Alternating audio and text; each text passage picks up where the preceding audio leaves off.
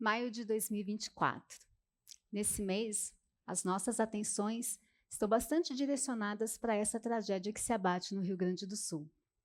Entre milhares de pessoas que perderam suas casas, que ficaram desalojadas, que foram movidas, entre milhares de pessoas que ficaram dias sem água, sem energia, entre tantas perdas, danos e sofrimento social, nós acompanhamos, assistimos, sentimos, experienciamos, alguns mais, outros menos, a interdependência que existe entre a emergência climática, as condições de vulnerabilidade, as decisões políticas que são tomadas e o despreparo da maior parte das cidades brasileiras em lidar com os impactos dos eventos extremos. Outubro de 2023. Talvez vocês se lembrem também que nossas atenções estavam voltadas naquele momento para outro extremo climático, a seca na Amazônia, a seca histórica na Amazônia. O aumento de queimadas que trouxe impactos enormes para a população da região metropolitana de Manaus, incluindo questões relacionadas à poluição atmosférica, essa seca também trouxe impactos enormes para a navegação fluvial, comprometendo o abastecimento e o acesso a recursos básicos como água potável, alimentos, especialmente para as comunidades que vivem mais distantes dos centros urbanos. A seca na Amazônia mostrou para a gente que é necessário que a gente invista na capacidade adaptativa dos nossos territórios se queremos, de fato, diminuir as vulnerabilidades sociais e ambientais. Fevereiro de 2023. Alguns de vocês também devem se lembrar daquele sábado de carnaval, quando as chuvas intensas que caíram no litoral norte de São Paulo também trouxeram enormes perdas, impactos e danos, sobretudo quando o morro caiu em cima de casas em São Sebastião, mostrando para a gente que as questões relacionadas à emergência climática não podem jamais ser dissociadas das múltiplas injustiças e do racismo ambiental e climático. Eu poderia aqui citar outros exemplos, alguns mais recentes, como as ondas de calor sem precedentes que têm sido registradas em várias localidades no Brasil. Eu poderia lembrar aquele dia em que a cidade de São Paulo, onde estamos agora, parou, lá em 2020. O excesso de chuvas trouxe enormes impactos, inundações, alagamentos, interrompeu a circulação de ônibus e metrô na cidade. Eu poderia lembrar aqui alguns exemplos não tão recentes, mas cujas consequências têm sido sentidas até agora. Vocês devem se lembrar também, em 2011, os deslizamentos na região serrana do Rio, que contabilizaram mais de 900 mortes oficialmente registradas. O Sistema Integrado de Informações sobre Desastres mostra que, nas últimas 3 décadas, o Brasil contabilizou mais de 7 milhões de pessoas desabrigadas e deslocadas por conta dos extremos climáticos. Mais de 4.000 óbitos oficialmente registrados. Uma média de 18 bilhões de reais por ano entre perdas e danos. E esses números foram registrados até 2020, portanto, nós não estamos incluindo ainda a tragédia do Rio Grande do Sul. O que esses exemplos, esses números nos mostram é que a chamada emergência climática é uma condição da atualidade. Enquanto condição, ela perpassa, ela atravessa todas as dimensões das nossas vidas. Ela acelera e potencializa todas as contradições que existem nas nossas sociedades, em particular numa sociedade como a nossa brasileira, tão marcada por profundas desigualdades e por pobreza. Mais do que um fenômeno que a ciência tem desbravado há décadas em entender o que são essas mudanças do clima que persistem por um longo período e como as causas estão associadas às nossas ações humanas, ao desmatamento, ao uso intensivo de combustíveis fósseis, às emissões de gás de efeito estufa. As mudanças climáticas, elas são o resultado desse modelo de desenvolvimento vigente, de um modelo que usa e explora de forma bastante predatória a natureza, de um modelo que acelera as desigualdades e iniquidades socioeconômicas, de um modelo de desenvolvimento que compromete a garantia de direitos humanos.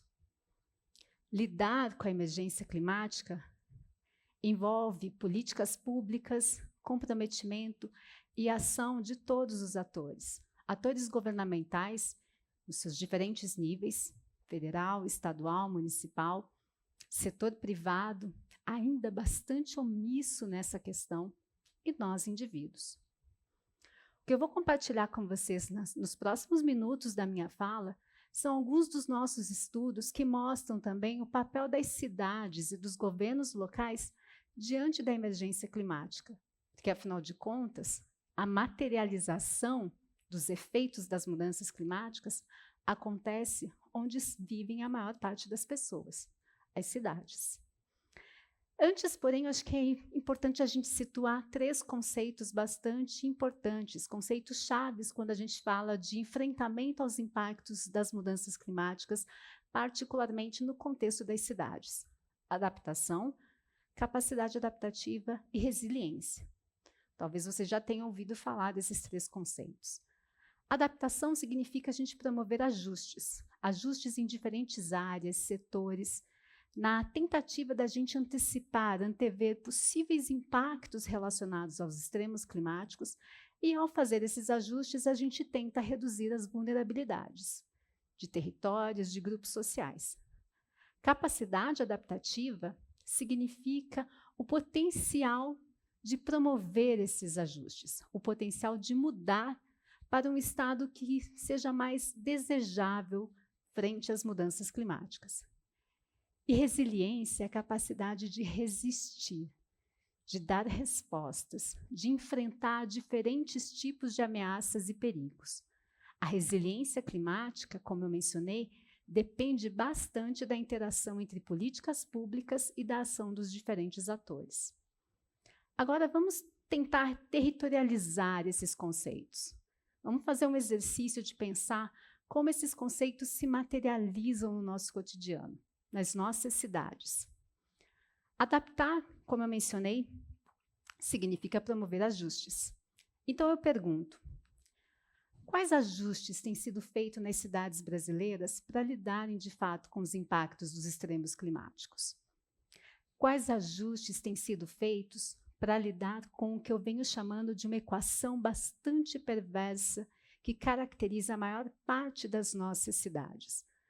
Uma equação cujos elementos passam por segregação socioespacial, por dinâmicas de planejamento e uma urbanização bastante desordenada, por iniquidades, desigualdades socioeconômicas, por uma forma de crescimento, de desenvolvimento, de urbanização que suprime a infraestrutura verde, nossas florestas, parques, a infraestrutura azul, nossos córregos, rios. E como essa equação ela é chacoalhada quando a gente pensa nos impactos dos extremos climáticos. Eu já adianto para vocês que os nossos estudos mostram que as nossas cidades têm feito muito poucos ajustes. Qualificar e ampliar o debate sobre adaptação é ainda um enorme desafio no contexto brasileiro. Capacidade adaptativa, que eu mencionei para vocês, que é o potencial de mudar, ela pode ser pensada a partir de 2 dimensões.